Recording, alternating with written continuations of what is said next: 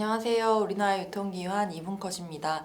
지금은 밤 10시이고요. 실적 쓰고 있다가 오늘 촬영까지 그냥 하고 퇴근하려고 카메라 앞에 앉았습니다. 오늘도 2분 안에 끝내보려고 하는데 롯데쇼핑이랑 GS 리테일 말씀을 드릴 거고요. 2분 안에 끝내겠다는 거는 실적이 안 좋아서 별로 볼 게 없어. 롯데쇼핑 실적은 컨센서스 하회 단기 순손실 5,174억 원 마이너스 기록을 했습니다. 이유는 백화점은 괜찮았는데 마트, 슈퍼, 하이마트가 좀 부진했었고요. 손상차손 어떤 게 좀 있다 보니까 일회성으로 비용이 발생을 해서 지금 순손실 기록했다. 희망퇴직 받았던 게 작년에 있었잖아요. 인건비 측면에서 백화점에서는 한 150억 정도 세이브, 마트 쪽에서는 한 50억 정도 세이브가 되는 부분이 있게, 손상차손을 한 거는 자산을 손상 처리해서 떨었으니까 그거에 따른 감가상각비 절감이 예상이 되는데요. 19년부터 해가지고 지금 여태까지 떤 게 한 2조 원 가까이 되거든요. 내용 연수가 10년에서 15년 정도니까 그걸 고려하시면은 한 연간으로는 한 2천억 조금 안 되는 수준으로 감가상각비 절감이 된다고 보시면, 온라인 쪽 확장을 해야 되는 상황이고 오프라인 부진을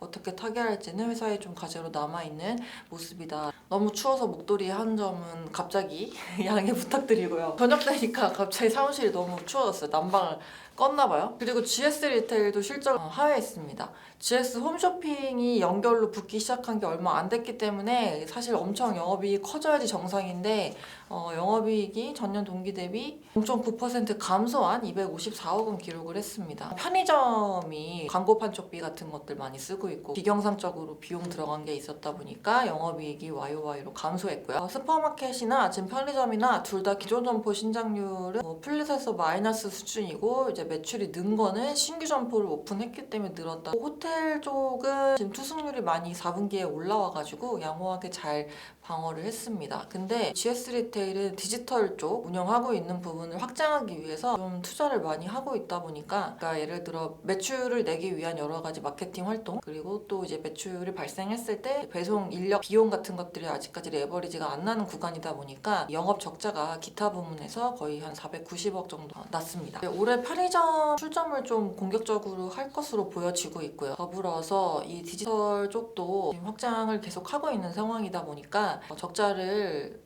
작년 대비 줄이기는 좀 쉽지 않을 것이다 라고 보고 있습니다. 더 늘어나지 않게 회사 측에서 여러 가지 노력을 하시겠으나 줄이기는 좀 어렵지 않을까. 지금 2022년도 예상 실적 기준으로 봤을 때 주가가 11배, 11.6배 정도니까 막 그렇게 싸지도 않은 상황입니다. 두 업체 모두 목표 주가는 하향했습니다. 오늘, 그러니까 내일이죠. 수요일날 실적 발표 2개 있고 목요일이 4개 있고, 목요일이 정말 지옥이에요. 하여간 여러분들 오랜만에 뵈서 좋았고요. 저희는 다음 시간에 만나도록 하겠습니다. 안녕히 계세요.